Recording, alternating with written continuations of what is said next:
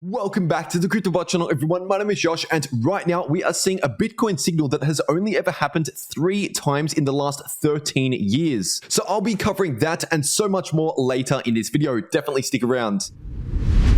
First of all, giving you a quick update on the daily Bitcoin chart. Clearly, the Bitcoin price has now broken below that 78.6% Fibonacci level, which was coming in at just above $35,000 per Bitcoin. And obviously, as I've mentioned over the past few days, I was only expecting a bit of shorter term support at that level, which we did find for around 1 day, because the 78.6% Fibonacci level is not as significant as the golden pockets, which is why I've been saying pretty much every day over the past 1.5 to 2 weeks that if the Bitcoin price breaks below that golden pocket, which obviously we now have, then that would increase the probability of the Bitcoin price dropping down towards these January lows again, sitting at around 33,000, and we're pretty much there at the time of recording this video. And technically speaking, 33,000 is a level of support for Bitcoin because we've already seen one confirmed bounce from that level. So 33,000 is the important level of support that I am paying attention to right now. And if the Bitcoin price confirms a break below 33,000, then that would significantly increase the probability of the Bitcoin price heading back towards the lows that we set in the middle of last year, back around 29 to 30,000. But as of right now, 33K is the level to watch. And while we're on the daily Bitcoin chart, looking at the daily Bitcoin price oscillators, at the moment the RSI is getting very close to oversold territories. We're not there just yet, but if the Bitcoin price keeps heading down towards 33K and perhaps any lower than that, then it's very likely the daily Bitcoin RSI is about to enter into oversold territories, which usually means the Bitcoin price might not be too far away from a bounce. Now, I'm not saying a full bullish reversal or anything like that,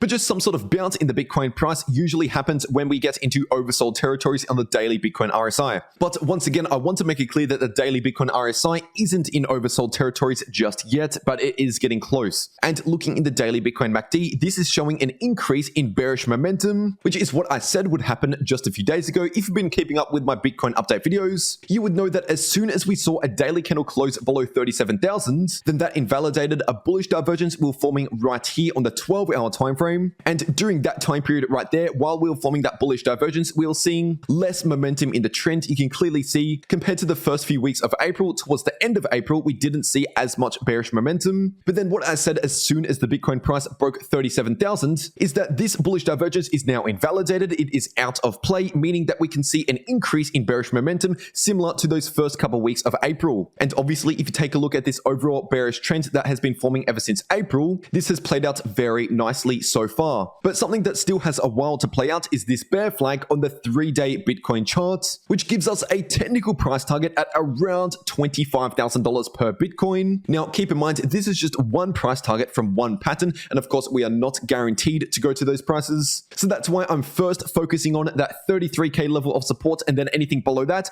around 29 to 30,000, these lows back here, as one of our most important levels of support. But if we break below that, then that would increase the probability of something like 25,000. But for now, this is more of a worst case scenario in the scenario that we break below around 29 to 30,000 once again. And in case you were new to this channel, these two moving averages are the 1,000-day simple moving average and the 200-week simple moving average. And historically speaking, if you're looking at pretty much Bitcoin's entire price history, some of the best possible times to accumulate Bitcoin throughout Bitcoin's price history have happened when the Bitcoin price is in between these two moving averages. And right now, these two moving averages are coming in between 28,000 and 22,000, which basically means, according to many years worth of history, if the Bitcoin price enters anywhere in that price range, that would be one of the best possible buying opportunities we could hope for. Basically, anywhere in that $20,000 price range, according to Bitcoin's entire price history with these two important moving averages. And that is why the price target for this bear flag is very interesting, because it falls right in between that price range. Now, if we look at the RSI on the 3-day Bitcoin chart, right now the 3-day Bitcoin RSI is actually getting very close to oversold territories. And historically, this is a pretty rare signal and usually happens close to some sort of Bitcoin bottom, because obviously we saw this happen back at the end of the 2018 bear market as the Bitcoin price was bottoming out. We also saw this happen again back in that March 2020 crash. And the 3-day Bitcoin RSI briefly touched oversold territories back in January this year. But I want to make it clear that right now the 3-day Bitcoin RSI is not in oversold territories. We're just getting close to oversold territories. And as I mentioned in yesterday's Bitcoin update video, all of this price action that we've seen over the past 1 to 1.5 years strongly reminds me of what we saw back in 2019 and early 2020. Because if you're looking at the overall trend in the Bitcoin price and also the trend in the 3-day Bitcoin RSI, they look very similar, obviously. And even outside of Bitcoin, if you ask when was the last time we saw a stock market crash like what we've seen over the past few months, that was obviously back in early 2020. And of course, there was different things happening in the world at that stage. But looking at the phase the stock market and the crypto market was in back then is at least similar to the phase that we've seen recently in the market. Not identical, but similar.